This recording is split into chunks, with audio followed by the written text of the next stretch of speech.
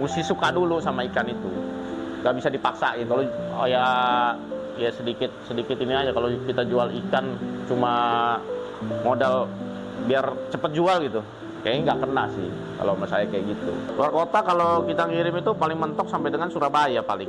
Dan memang udah ada penawaran sih dari beberapa. Sampai berapa penawaran? Kemarin itu ada sampai dengan 22. Iya, tapi saya belum mau lepas. Ini soalnya terbesar di Indonesia. Ini terbesar di Indonesia. Iya. Iya, untuk Haimara yang Suriname terbesar di Indonesia ini. Dan orang-orang, iya Suriname. Orang-orang punya paling yang Venezuela ya. Dan itu juga rare juga sih ikannya kan. Thailand ada, dari Singapura ada, bukan dari asalnya gitu loh. Bukan dari asalnya udah nggak gitu sih. Sekarang kan udah banyak yang bisa nge-breed juga di situ. Nah itu nanti masuklah ke kita. UMKM kita bisa maju terus, jangan pernah menyerah. Bersama Kencana ID, UMKM kita bangun mimpi.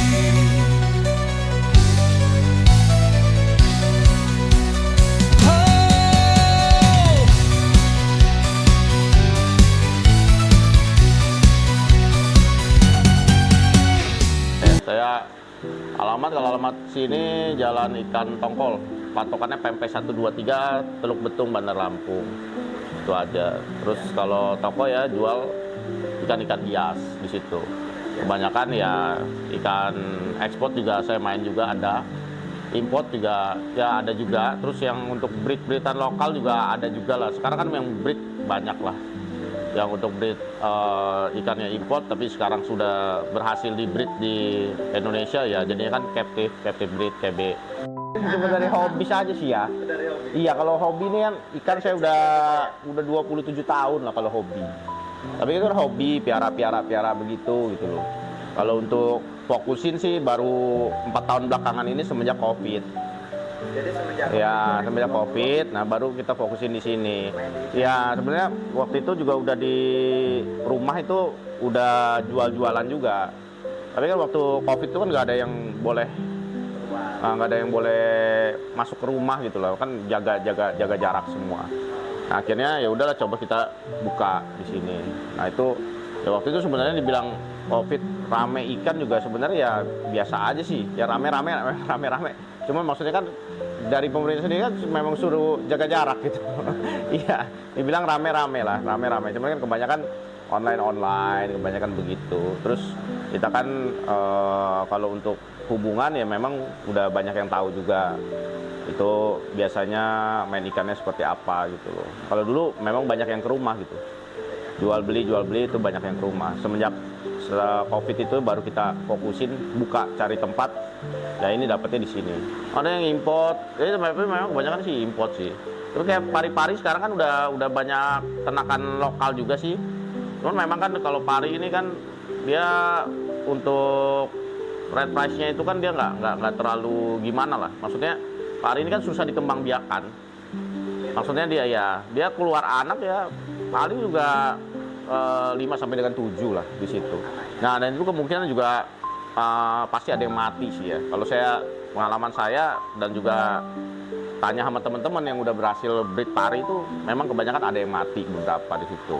Terus kan dia punya tempat kalau untuk breed kan dia memang harus sesuaiin habit dia pas lagi musimnya lah gitu.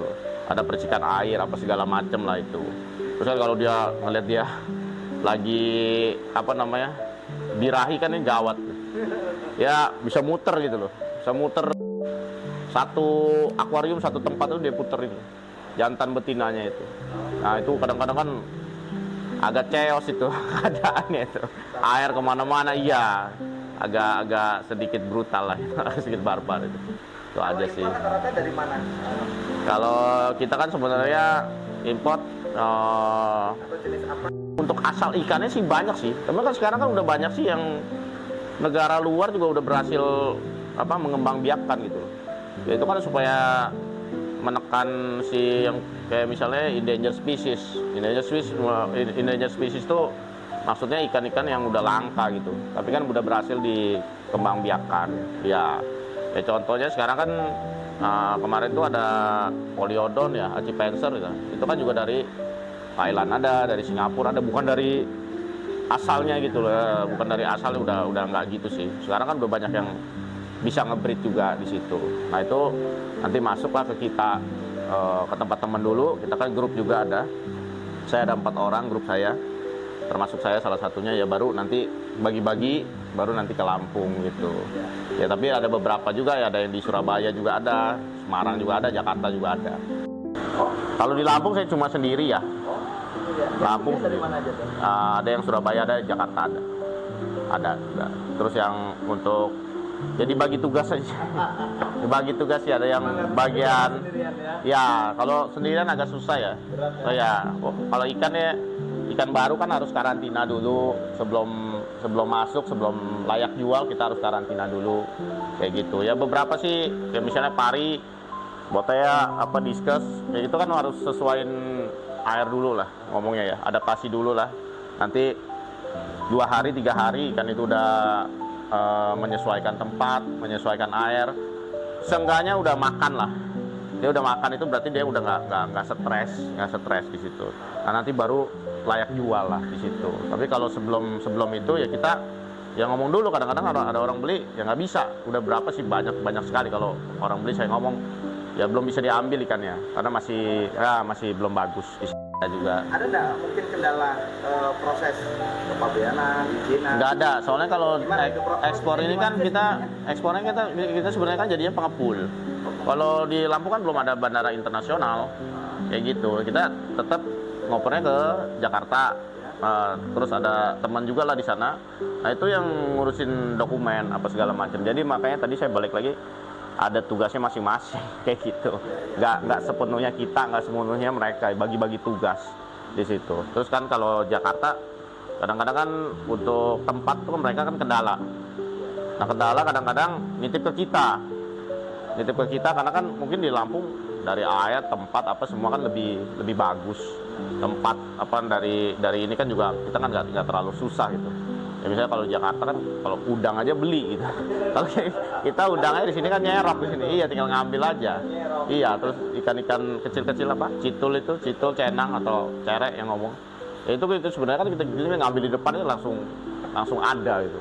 Kalau di sana kan nggak terlalu mesti beli lagi sama orang. Itu aja sih paling keunggulan di Lampung, mungkin ya alam apa segala macam kan masih bagus di situ. Nggak dibandingkan sama Jakarta ya jauh lah. Luar kota kalau kita ngirim itu paling mentok sampai dengan Surabaya paling. Dan itu gimana ya? Kalau ke Surabaya ngirim itu kan mesti pakai kereta. Jadi ada teman kita yang dari Jakarta yang ngurusin kita punya box juga. Nanti dia dari Jakarta jalur kereta ke Surabaya. Nah itu banyak sih kayak gitu sih. Surabaya, Semarang gitu. Ke Gresik. Udah harus pakai jasa ekspedisi. Kalau jasa ekspedisi kita orang ngebagi aja sih. Makanya saya bilang di sananya mesti ada teman juga sih yang kenal ya, grup kita lah gitu yang ngurusin itu semua gitu ya, jadinya lebih enak lah kalau ini ya. Sih sampai sekarang sih saya belum pernah kontes ya di situ, belum pernah kontes. Bukannya dibilang belum pernah kontes, kalau di Lampung ini kan belum ada apa ya lembaga yang untuk ya itu maksud saya itu di situ. Kalau untuk disupport ya kayaknya di Lampung masih belum deh di situ. Kalau Jakarta mah udah banyak, kota-kota lain sih kayaknya udah banyak. Nah itu aja paling sih. Kalau Itu ada banyak tuh di kontes-kontesin. banyak. Keren-keren ya. Iya. Kayak banyak kan ikan kontes tuh, banyak kan ikan musiman sih ya. Tapi sekarang musiman kayak ikan musiman maksudnya kayak ikan cupang gitu ya, cupang, lohan itu. Yang saya bilang ikan musiman ya kayak gitu sih, sana sih. Tapi kalau udah nggak musimnya kayak Cana kemarin kan rame tuh. Kalau udah nggak musimnya ya sudah selesai gitu. Ya balik. Ada yang bilang ikan musiman, ada yang kita bilang ikan abadi ya. Segala umur itu ada gitu. Itu ada juga sih. Kayak misalnya arwana, poki, koi itu kan abadi. Ya lebih mau tua, mau muda, mau si kaya, mau si miskin, semuanya oke masuk di ikan itu gitu. Kebanyakan sih ke Cina, Taiwan itu ada sih di situ. Ya, kita sebagai pengepul aja, mereka yang ngurus aja sih. Ada tim lah pokoknya. Ya, kayak gitu ya. Cuma grup bilang, "Oh, mau cari ikan ini gitu." Nah, itu kita cariin di situ. Nah, itu kebanyakan sih kenanya di ikan-ikan alam sih ya. Iya, ikan-ikan alam Sumatera kebanyakan kayak gitu sih. Nah, tapi kita lihat-lihat juga sih kalau ikan alam itu kan ada yang boleh diambil, ada yang nggak boleh di situ. Ya, di situ. Sampai sekarang kan ya dulu kan ada arwana pino itu kan dari Sumatera itu Lampung juga dulu banyak. Sekarang kan udah nggak ada. Karena udah sering diambilin. Ya itu. Terus sekarang udah nggak ada. Punah akhirnya tuh. Ya itu udah nggak ada. Kayak das gitu, tiger das itu dulu kan di Lampung itu banyak. Apalagi kayak silver dart gitu ya. Kan dart ada berapa banyak macam. Kalau silver dart itu banyak banget di Lampung. Jadi sekarang kan nggak ada juga. Ya dart dulu lumayan banyak lah. Gala juga banyak dulu. Sekarang udah nggak ada sama sekali di situ. Itu dilihat juga lah. Kalau misalnya ada yang boleh, ada yang enggak gitu loh. Penting suka dulu lah. Gitu dulu. Yang penting suka dulu gitu loh. Jangan mau beli nanti nggak dirawat ikannya. Saya sebagai hobi jadinya jadi apa ya? Jadi agak males lihat konsumen yang begitu gitu. Ngelihat saya ngomong dulu gitu. Jadi udah berapa kali lah yang di sini udah banyak yang tahu lah. Kalau dia mau beli ikan saya tanya dulu, ini akuariumnya berapa? Ini ikannya segede gini mau masuk akuarium ini ya kan nggak mungkin.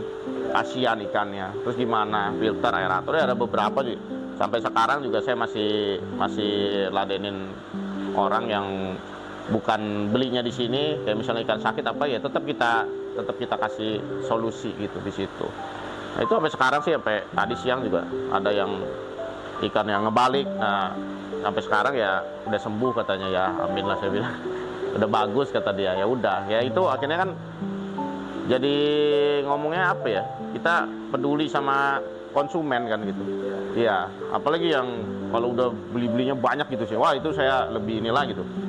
Iya, contohnya kan ada beberapa tuh konsumen saya yang ikan koi itu. Ada yang sampai busuk insang apa segala macam. Nah, itu kita ke sana, kita rawat ke rumahnya gitu. Rumahnya itu kadang-kadang kalau ngerawat koi sakit itu kalau udah yang kayak gitu udah agak parah itu bisa dari jam 9 pagi itu sampai dengan jam 7 malam. Cuma nongkrongin di satu tempat itu aja. Jadi pelayanannya sampai ke Iya. misalkan ada case kayak gitu. Iya. Kita ngeliat tingkat kesulitannya dulu lah. Itu aja sih di situ. Kita kan juga Berawal dari hobi itu ya. iya berawal dari hobi itu aja. Jadi ngelihat yang kayak gitu ya jadinya peduli gitu loh. Ikan kayak gitu balik lagi yang tadi saya bilang, suka dulu apa enggak si konsumennya itu. Kalau nggak suka cuma buat penghias itu mendingan ya jangan lah. Ya, soalnya ikan bukan dilihat dari oh ini ikan ini bagus, ikan ini enggak. Jangan kayak gitu ngeliatnya sih. Yang penting kan mau peliharanya dulu gitu. Kalau kita udah beli ya kita harus tanggung jawab, bersihin tempatnya, kasih makan, kasih dia tempat yang baik, tempat yang bagus, itu aja sih. Pelihara itu juga mesti harus. Nah, harus pakai hati, nggak boleh nggak pakai hati gitu. Iya, harus pakai hati. Kayak contohnya di satu akuarium gini juga kan saya cuma ada pari gedenya ya kemarin ya satu begini ada 3 lah. Itu aja untuk jualan ya.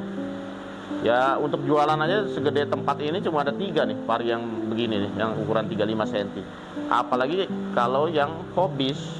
Kalau yang hobis itu sebenarnya kan harus lebih bagus daripada yang jual. Ya itu aja sih. Ya kalau bisa ya kamu beli ikan ya harus lihat dulu. Makanya di situ ada tersebut. Kalau sudah mau ambil ikan ya cermati dulu, pahami, pelajari. Saya bilang kan begitu. Itu udah. Iya, slogan itu udah dari pertama kali buka saya pasang di situ. Itu aja sih. Kita jual pantai, ada yang kita jual ecer sih. Kalau dibilang variasi harga, yang paling murah ya maksudnya ya. Yang paling murah ikan di sini ada yang 2.000 perak tuh. Yang glowfish itu saya jual 2.000 perak. Iya, tapi tergantung ya, bukannya nanti 2.000 itu ikannya besar kecil apa enggak gitu loh. Iya.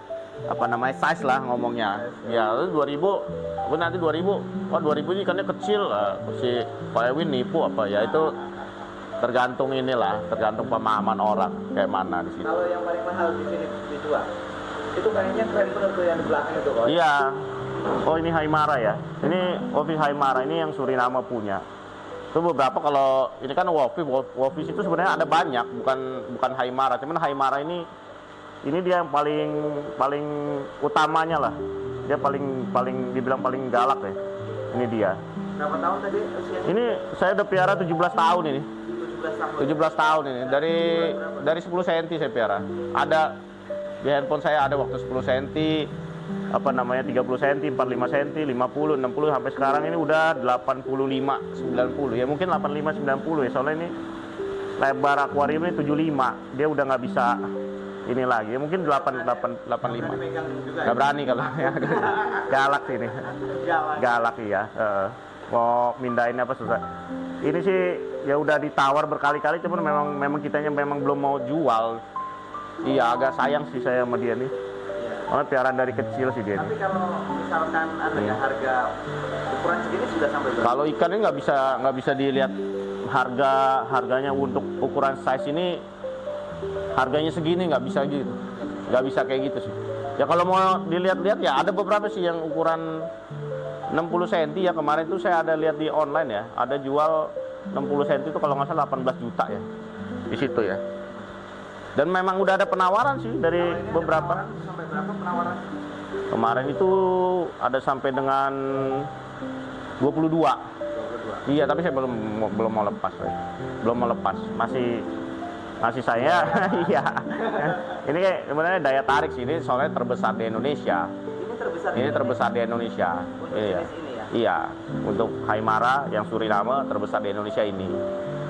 Dan orang-orang Yang asli Suriname. iya Suriname. Orang-orang punya paling yang Venezuela ya. Dan itu juga rare juga sih ikannya kan. Jarang ada gitu loh. Jarang ada. Ya mungkin orang nggak mau piara dia karena mungkin sifat galaknya juga bisa jadi juga. Terus kan memang dia kan nggak bisa dikompeng. Kompeng itu kan nggak bisa dicampur-campur, iya. Lalu Harus sendiri ya. iya, terus ikan iya, terus kan ikan ini nggak bisa di breed. Kalau di breed pasangannya pun kadang-kadang berantem kan, kadang-kadang timbul kematian gitu loh.